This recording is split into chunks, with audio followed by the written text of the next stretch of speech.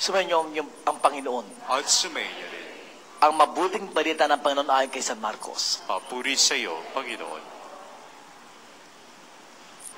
Noong panahon iyon, tinawag ni Jesus ang 12 at sinugong 12. Binigyan niya sila ng kapangyarihang magpalayas ng masamang espiritu at pinagbilinan. Sa inyong paglalakbay, huwag kayong magdala ng anuman, maliban sa tungkod, may pagkain, balutan o salapi sa inyong lukbutan o bihisan, at ay huwag kayong magdala. Ngunit magsuot kayo ng panyapak. Sinabi niya sa kanila, asalin mang tahanang inyong tuluyan, manatili kayo roon hanggang sa pag-alis ninyo sa bayang iyon. Kung ayaw kayong tanggapin o pakinggan sa isang dako, umalis kayo roon at ipagpag ninyo ang alikabok na inyong mga paa bilang babala sa mga taga roon. Kaya't humayo ang 12 at nangaral sa mga tao na pagsiya nila at taligdan ng kalamang kasalanan. Pinalayas nila ang maraming demonyo sa mga inaalihan nito. Pinahiran nila ng langis at pinagaling ang maraming may sakit. Mga kapatid, ito ang mabuting balita ng ating Panginoon. Pinupuri ka namin, Panginoong Hesukristo.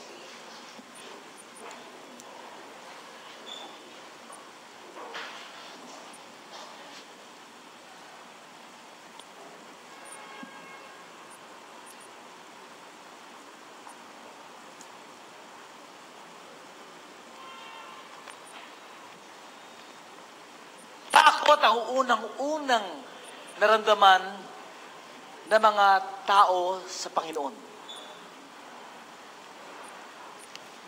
Okay lang kayo? Kung titignan po natin ang ating unang pagbasa,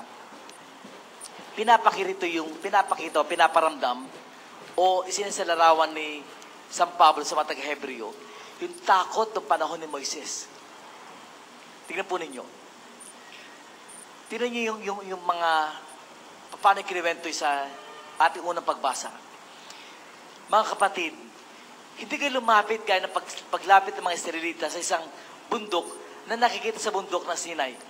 Na may nagliliyab na apoy, balot ng pusikit na kadiliman, may malakas na hangin, may durog ng trumpeta, at tinig nagsasalita.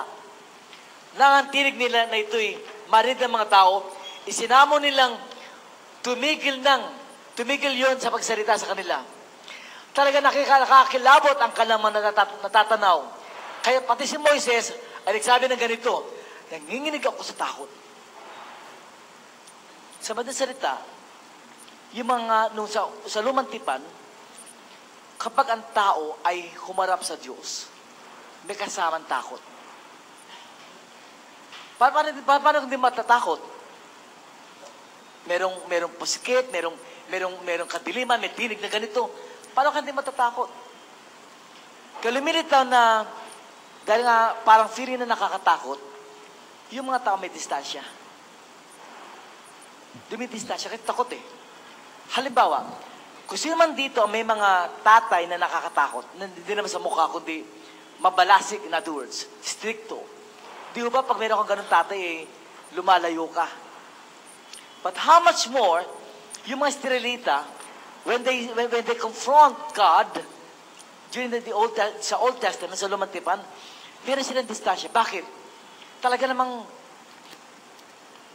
meron talagang atmosphere ng fear doon sa panahon na yun. Yung takot na nararamdaman nila. Posible rin naman yung takot na merong bahid na respeto. Posible rin naman. Iba rin naman kasi takot ka kasi baka mamatay ka. Hindi. Takot ka kasi may respeto ka. Maybe yung sinasabing fear of the Lord. Maybe yung sinasabing fear of the Lord. Meaning, fear means takot eh. Pero iba yung takot sa multo. Iba yung takot halimbawa sa mga magnanakaw. O takot halimbawa sa mga pwedeng pumatay sa'yo. Iba yun eh. Pero yung takot na ito sinasabing fear of the Lord, yung takot na may kasamang respeto. On the other hand, kahit na may takot na may kasamang respeto, ang tendency, lumayo ka eh. Lalayo ka. Didistansya ka. Kung inyong babalikan ng ating unang pagbasa, bagamat dumidistansya sila, pinapakita rin naman dito na yung mga tao ay sinabihan na lumapit. So dito sinabi ni Moises, nanginginig ako sa takot. Ang nilapitan ninyo ang bundok ng Sion at ang lungsod ng Diyos na buhay. Ang Jerusalem sa langit na kinaroon ng di mabilang na anghel. Ito pagkakasabi. Dahil nga may distansya nga, nakakatakot, ang advice dito, sabi ni San Pablo, lumapit kayo sa masayang pagkakatipon ng mga ipinilang na panganay na nakatala sa langit. Lumapit kayo sa Diyos na hukom ng lahat at sa mga espiritu ng mga taong na banal na naroon na sa dahon inilaan sa kanila ng Diyos. Lumapit kayo kay Jesus at nagpapamagitan ng bagong tipan at sa dugo na bubo na sinisigaw ay kakaiba sa sinisigaw ng dugo ni Abel. Sa bandang dulo, basta sabi, lumapit kayo. Bakit? Kasi hindi nakakatakot ang Diyos. Lumapit kayo. Kung sakasakalin doon sa lumang tipan na nakakatakot ang Diyos, out of respect and honor, ang sinasabi ng ating unang pagbasa, hindi. Burahin niyo sa isipin niyo yan, lumapit kayo. Alalahanin yung Diyos, hindi siya nakakatakot talaga. Lapitan niyo siya. So pagkakasabi, ilang beses binanggit, lumapit kayo. Bilangin natin maigi. Yung pagkakasabi ng katagang lumapit kayo. Okay. Una, lumapit kayo sa masayang pagkakatipo ng mga binila ng panganin na nakatala sa langit. Pangalawa, lumapit kayo sa Diyos. Pangatlo, lumapit kayo kay Jesus. Tatlong beses binanggit yung lumapit kayo. In other words, if this is God, ang Diyos, bagamat sa unang tipan ay nakakatakot, ang advice ni St. Paul, come. You have approached, sa English translation. Inyong nilapitan, lumapit kayo. Kung titignan mo ngayon ang ating ebanghelyo, iba naman ang nakalarawan. Si Jesus, yung 12, sinugo niyang dala-dalawa. Pinuntahan niyo mga bayan-bayan. Huwag kayo magdala ng lokbuta, huwag kayo magdala ng salapi, huwag kayo magdala ng ganito. Lapitan ninyo. In other words, dalawang aksyon ang lumilitaw. Lumalapit ang tao sa Diyos. Sa ating ebanghelyo, ang Diyos ang lumalapit sa atin. Sa pamamagitan ng mga alagad ng Panginoon Kristo. Parang hindi lang siya one way na, bagamat ang unang advice was, lumapit kayo sa Panginoon Kristo, yung gospel was saying, lumalapit ang Diyos mismo sa atin. Bakit? Kasi mayroon siya mga isinugo. Bilang aksyon ng Diyos sa kanyang paglapit sa atin. Ibig sabihin niya, yung mga taong marubdob na lumapit sa Diyos, siya mismo ang hahanap sa iyo. Brother, kaya ka nandito. Kaya tayo nandito, kapanalig, kaya ka nandito kasi hinanap ka ng Diyos. Kung meron kang anak, kapanalig, na hindi nagsisimba, huwag kang mawalan ng pag-asa. Bakit? Hahanapin ng Diyos yan. Baka basta bukas lang kanyang kalooban, tumanggap ng panibago. Ang hirap lapitan ay isang taong sarado. Kahit anong katok mo, hindi ka pagbubuksan, ang hirap lapitan. Pero kung sakasakali mayroong naliligaw na landas, subalit, kahit ligaw na landas ay bukas ang kanyang kaloobang tumanggap na anuman, hahanapin ng Diyos yan. May tinatawag na faith seekers, naghahanap ng pananampalataya, o yung peace seekers, naghahanap ng kapayapaan. Once na mayroong ganong klaseng tao, o once na mayroong ganong klaseng kapanalig, yan ang mga tinutunto ng Diyos. Tinutunto niya at hahanapin niya. Bakit? Umikot siya sa isang kataga. Isa lang kataga ang iisipin natin. Bakit? Yung awa. Yung awa ng Diyos. Kaya pala sa ating gospel, tingnan niyo yung awa ng Diyos. Talagang mararamdaman mo Binabalangkas dito yung awa niya sa pamagitan ng pagpapagaling sa mga may sakit. Tingnan nyo, sa bandang dulo. Ito yung pagkakasabi po ng kanyang awa. Kaya tumayo kayo, at kaya tumayo ang 12 at nangaral sa mga tao na pagsiyan nila at tarigdan ng kanilang kasalanan.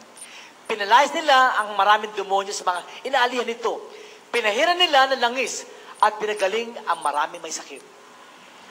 Kita nyo, siya mismo ang lumalapit sa atin. Tinutuntun niya. Kaya pala, honestly kapanalig, God allowed mga problema sa buhay. Para ano? Para mapalapit ka sa Kanya. God allowed yung mga pagsubok sa buhay. Bakit? Kasi hahanap ka ng lakas eh. Yung panahon na mahina ka, hahanapin mo ng lakas. At sino pwede magbigay ng lakas? At Diyos. Kaya mga taong nagdadasal, sila nabibiya ang maigi. Bakit? Sapat sila ang hinahanap ng Diyos. Kapanalig, huwag kang tumigil magdasal. Kahit ba at times, you feel hindi ka dinidinig ng Diyos, huwag kang titigil manalangin. Meron siyang awitin entitled Blessings. Sa bandang dulo, nakalagay, these are mercies in disguise. Mga awa ng Diyos na pinapakita sa ibang pagkakataon, sa ibang pagpapahayag. Mercies in disguise. Kaya pala ating salmong tugunan. Itong ating salmong tugunan binalangkas kanina. Sabay-sabay po tayo. Awa mo'y nagunita ko sa loob ng iyong templo. Ulitin natin. Awa mo'y nagunita ko. Kapanalig, balik mo yung pagkakataon na pinahayag ng Diyos sa iyo ang awa niya. Kapanalig, balik kami yung pagkakataon na hinanap pa ng Diyos. Na tayong lahat ay naging naligaw na landas. There was a time that we were lost. Ligaw sa buhay. There were times tayo nasa kadiliman. There were times we were so hurt. Anong hinanap natin? Ang Diyos. Sininilapitan mo ang Diyos. But mind you, my dear friends, kapanalig, bago ka pa lumapit sa Diyos, lumapit na ang Diyos sa iyo. Bakit? Awa mo, Panginoon. Nagunita ako sa iyong templo. Yung awa niya. Dear friends, tandaan nyo, kapanalig, may awa ang Diyos. Ang mga Pilipino, pagka merong gustong gawin, merong gustong punuin, merong gustong hanapin, at sasabihin niya, may awa ang Diyos. Halimbawa, anak mo hindi pa nakatapos. Inisip mo, sana makatapos yung anak ko sa pag-aaral niya. Kasi may awa ang Diyos. On the other hand, pag natapos na, uy, congratulations ha, nakatapos ng anak mo. Ang sabihin natin, sa awa ng Diyos. Kakatuwa ang mga Pilipino. Pag meron kang gustong gawin, gustong matapos, sinasabi, may awa ang Diyos. Halimbawa, may sakit ka. Gusto mong gumaling, may awa ang Diyos. Nung gumaling ka, uy, praise God, gumaling ka na. Sabihin natin, sa awa ng Diyos. Kapanalig, ang ating salmong tugunan, ang awa mo, Panginoon, nagunita ako sa templo. Ang iyong awa, Panginoon, ay nagunitan natin sa templo. Sapagkat tayong lahat, hindi dapat mawala ang ating pagtingin sa Diyos. At kailanman ang Diyos ay hindi nakakatakot.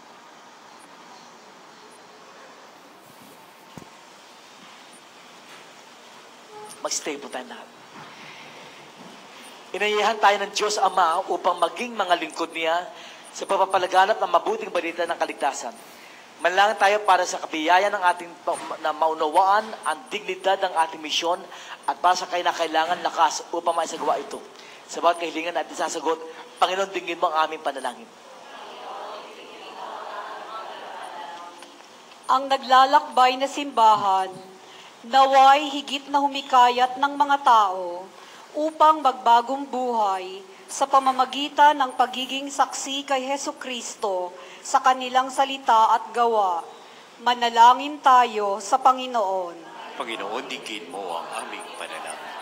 Ang mga misyonero na nagpupunyagi sa ibang bansa, naway biyayaan ng Diyos ng mayamang ani. Manalangin tayo sa Panginoon. Panginoon, digin mo ang aming panalangin. Ang mga magulang, naway patuloy na magsumikap na ibahagi ang pananampalataya sa kanilang mga anak. Manalangin tayo sa Panginoon. Panginoon, digin mo ang aming panalangin.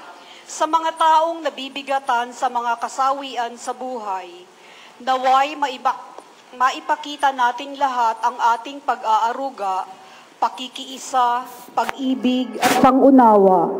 Manalangin tayo sa Panginoon. Panginoon, digin mo ang aming panalangin. Ang mga namatay, naway maging malaya sa mga alalahanin sa mundong ito at magkamit ng kasiyahan ng walang hanggang kapayapaan. Manalangin tayo sa Panginoon. Panginoon, digin mo ang aming panalangin. Para sa mga may kaarawan sa mga araw na ito, si Long Reyes, Cora Gregorio, Julie Terentino, Babes De Hasco, Neto Simborios, at para sa acid prayers ng healing para kay Lola Tolentino. Sa lahat ng mga kapanalig natin na nakikinig sa oras na ito, sa lahat ng intentions nila, lahat ng sina Peter Cruz, Perecan Las, Uy, Parto, Tividad, Mendoza, Oro, Antikin, Pagdanganan, Winnie, Early, Nonet, Lindsay Hugo, Tony, Heidi, at lahat ng mga nandito ngayon, Mines, Esther, Chi, and others. At lahat ng mga may karamdaman. Sa awa ng Diyos, ating pagkakatiwala, ang lahat ng kalang karamdaman. Manlangan tayo sa Panginoon. Panginoon, digin mo ang aming panalangin. Panginoon, narinig po ninyo aming kahilingan. Narinig po aming mga pangangailangan. Alam namin, Lord God, ang awa mo ay ganun na lamang sa dami ng aming pangangailangan. Kaya, Lord God, ito aming hinihilingan. Pinararating sa iyo sa ngalan ni Kristo ang aming Panginoon. Amen. Amen.